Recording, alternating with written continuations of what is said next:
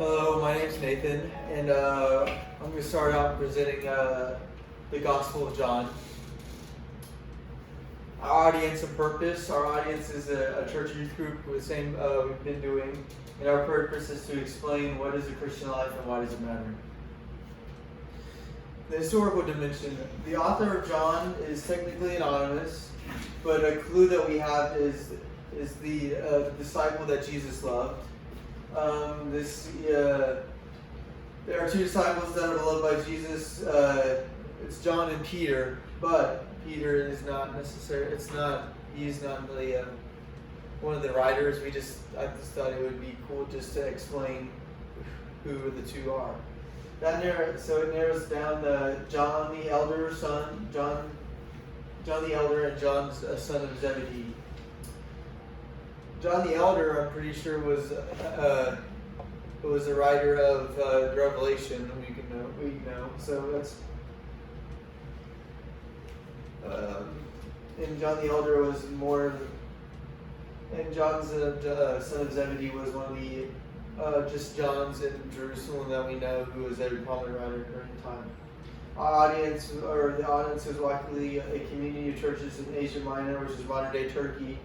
The community is likely to experience persecution. It was written around 90 CE. Literary dimension.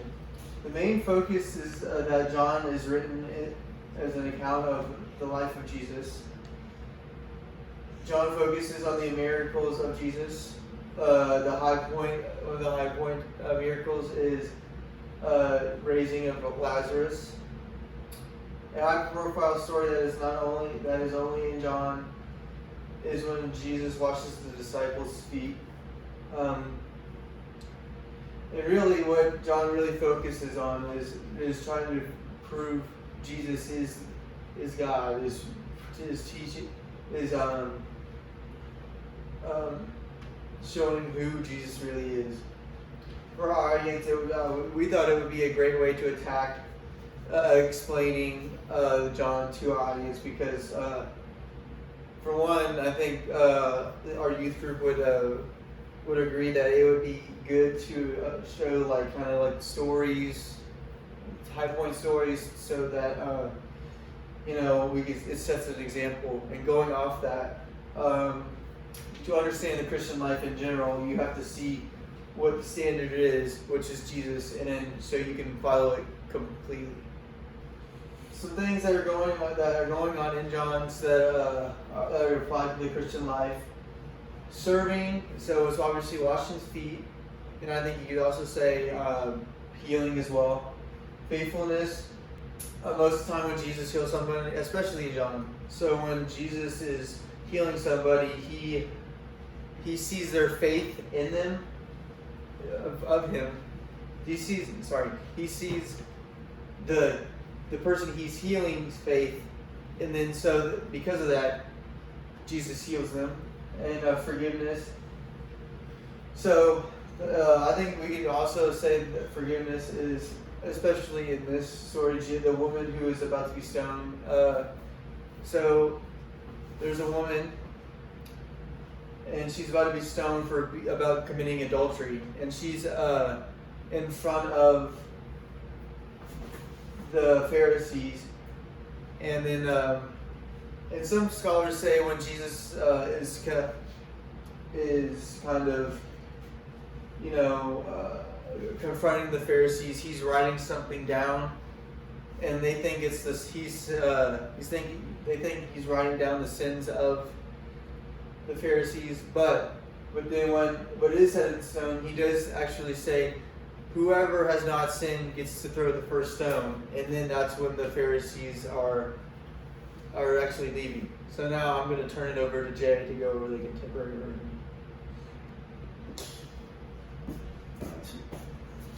Hello, my name is Jay VN, and I'm going to be talking about the contemporary dimension.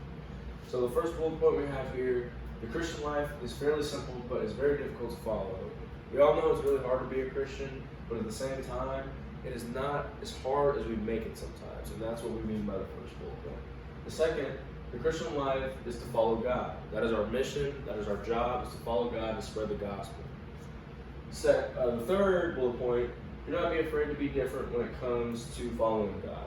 So when following God, we want to be different. We don't want to all be the same, because then it's really hard for people to want to be a Christian if they think everybody's the same. The fourth bullet point is to serve the Lord to serve your Lord God diligently.